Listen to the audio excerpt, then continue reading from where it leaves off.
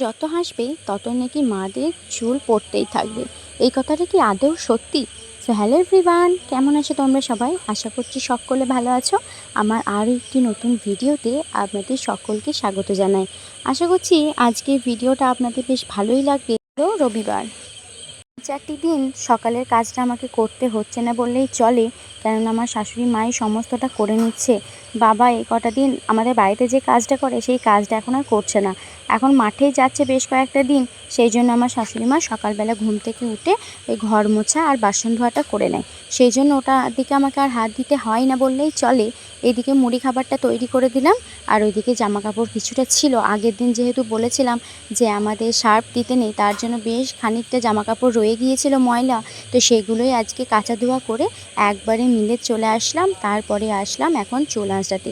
আজকে মাথাতে একটুখানি শ্যাম্পু দিয়েছি, বেশ কয়েকটা দিন হয়ে গেল চুলের যত্নই নেওয়া হয় না, তার জন্য আমার অঝরে চুল ঝরছে।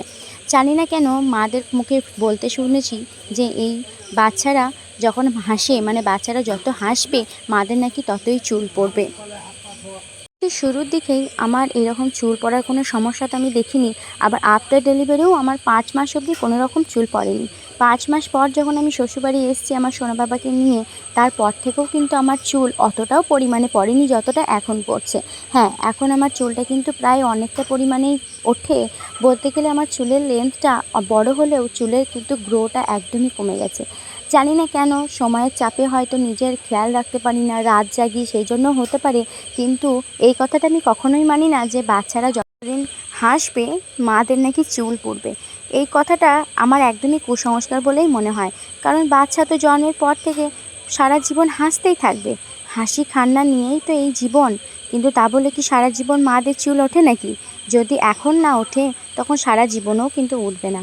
এখন প্রত্যেকজনেরই চুল ওঠে, কারণ এখন রাত জাগা হয়, খাবার ঠিকঠাক টাইমে খাওয়া হয় না, চুলে যথারীতি শ্যাম্পু দেওয়া হয় না, তেল দেওয়া হয় না, চুলের কেন নিজেরই যত্ন নেওয়া হয় না, তার জন্যই হয়তো চুলটা ওঠে।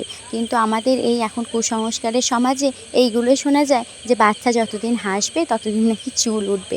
সে যাই হোক, আজকে তো রবিবার প্রথমেই বললাম, তো আজকে বেশ মনটা চিকেন চিকেন করছিল। বেশিরভাগ সময় আমাদের চিকেন বাড়িতে হয়, কিন্তু আমাদের রবিবার, সোমবার, মঙ্গলবার এরকমভাবে চিকেন হয় না। যখনই মন হয় যে চিকেন খাওয়ার তখনই কিন্তু চিকেনটা আনা হয়। বলতে গেলে আমাদের বাড়িতে মাছ আর ডিমের থেকে চিকেনটাই বেশি পরিমাণে হয়। বেশিরভাগ আমি রান্নার ভিডিও করি না, সেই জন্য অতটা আপনাদের সঙ্গে শেয়ারও করা হয় না। এখন থেকে ভাবছি প্রায়ই আপনাদের সঙ্গে শেয়ার করব, কিন্তু সময়ের অভাবে ভিডিও শ্যুট করলেও কিন্তু আমার এগুলোকে এডিট করে ভয়েস ওভার দিয়ে আপনাদের সঙ্গে শেয়ার করা হয় না। সে যাই হোক, এই কটা দিন আমি রান্না করছি। সোনা বাবা দুপুরবেলার দিকে বেশ অনেকটা টাইম ঘুমায়, তার জন্য ভাবছি যে আমি রান্নাটা করে নেব। যখন ঘুম থেকে উঠে যায় তখন হয়তো আমি নিই, আর আমার মা হয়তো, মানে আমার শাশুড়ি মা হয়তো রান্নাটা কমপ্লিট করে নেয়। আবার একদিন কিন্তু শাশুড়ি মাও রান্না না করলেও আমার হয়ে যায়। মানে বাবু যদি না উঠার পরেও যদি আমার কাছে না আসে তাহলে তো হয়ে যায়। আজকে উঠে পড়েছে সোনা বাবা, ওইদিকে মা স্নান করিয়ে দিয়েছে, ওকে রেডি করিয়ে সৌমির কাছে রেখে দিয়েছে। সৌমি তো আজকে রবিবার, সেই জন্য সৌমিরও ছুটি, তাই ও চিকেন ভালোবাসে। ওকে বলেছিলাম আজকে বাড়িতে আমাদের খেয়ে যেতে। তো এইদিকে আমার রান্নাটা হয়ে গেছে, শুধু চিকেন রান্না করিনি, করেছিলাম ভাত, ডাল আর একটু ডাঁটার তরকারি আর এই মাংসর ঝোল।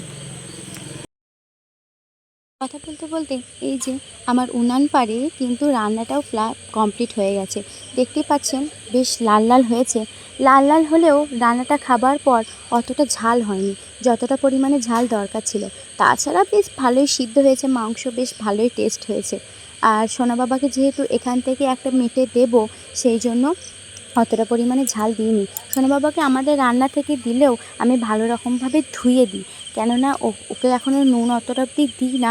আর ভালো করে ধুয়ে দিলে নুনটা সবজি হোক বা যারই হোক, মাছ মাংস, ওর ভেতরে অতটা পরিমাণে যায় না। তো বাবুকে আজকে দিয়েছিলাম এক টুকরো মেটে আর একটু কটা ডাঁটা, যেটা রান্না করেছিলাম তরকারি, আর একটুখানি ভাত। আজকে আর ডাল দিইনি ওকে, কেননা ডাল রাখা হয়নি। আর ঠাকুমা দিয়ে গেছিলো কুমড়োর শাক, তো এখানে একটু লেবু নিয়ে নিয়েছিলাম। তারপরে সোনা বাবাকে খাওয়াতে খাওয়াতে আমিও একটু খেয়ে নিলাম। সোনা বাবাকে প্রথমে তো আমি আমার সঙ্গেই খাওয়াতে বসাই, বা বাবুকে একটুখানি খাইয়ে দিই, তারপর একটা বাটিতে জল রাখি, দিয়ে হাতটা ধুয়ে আবার আমি খাই। আবার আমি একটুখানি খেয়ে হাতটা ধুয়ে আবার সোনা বাবাকে খাওয়াই, কেননা আমাদের তরকারিতে একটুখানি রিচ হয়। তোকে আমি এখনও পর্যন্ত রিচ কিছু মশলা দিই না, যতটা পরিমাণে চেষ্টা করি সিদ্ধ সিদ্ধ দেওয়ার। আর এই যে সোনা বাবা গাড়িটা আমার খাবারের সামনে কিন্তু ফেলে দিল, কারণ ও আমার সামনেই খেলা করছিল। যতটা পরিমাণে চেষ্টা করি ওকে আমার চোখের সামনে রাখার, কেননা এখন তো আমি খাচ্ছি, এখন চোখের সামনে রাখলে কোনো সমস্যা হবে না। আর যখন ও খাওয়ার জন্য বায়না করে, ভালো করে হাতটা মানে চেটে খেয়ে নিয়ে তারপরে ওই শুকনো ভাতটা ওকে দিই। আর এই যে মাংসের পিসটা আমি দেখাচ্ছি, এটা অনেকজনের স্টমাক বলে, আবার হজম ঘর বলে। তো এগুলো খাওয়ার পর সোনা বাবা কীরকম চিৎকার করছে দেখুন।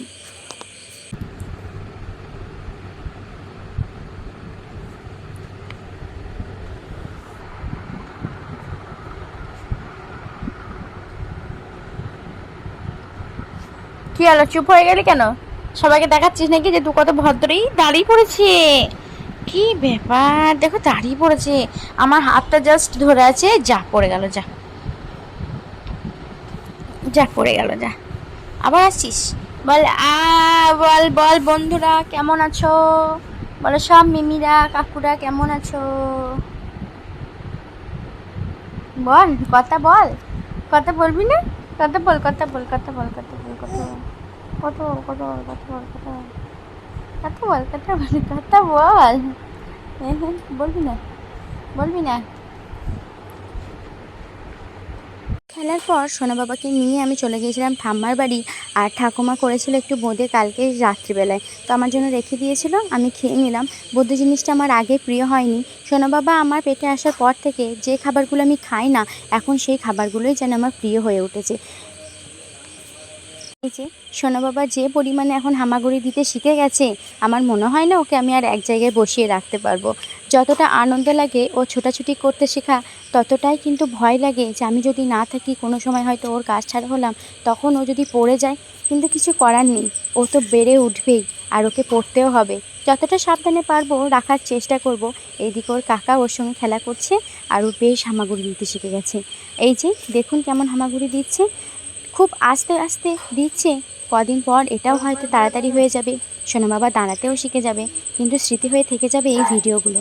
আর এই যে সোনা বাবা গাড়ি নিয়ে খেলা করছে, আর এই যে হামাগুড়ি দিতে তো দেখালাম আপনাদের, এখন দেখাচ্ছি যে সোনা বাবা কেমন হাঁটতে শিখে গেছে। নর্মালি হাঁটতে পারে না ঠিকই, আর এত অল্প বয়সে হাঁটাটা ঠিকও নয়, কিন্তু ও এই গাড়িটার সাহায্যে, এটা এক ধরনের ওয়ার্কার বলতেই পারেন, কিন্তু এই ওয়ার্কারগুলোতে কিন্তু ও বেশ ভালো হাঁটতে শিখে গেছে। এখানে দেখুন কেমন হাঁটছে। চলুন ওকে নিয়ে একটুখানি আনন্দ করি, আর সবসময় ভিডিওতেও সব কিছু দেখানো যায় না, এই ছোটোবেলাটা একটু উপভোগ করি। চলুন আজকের মতো টাটা।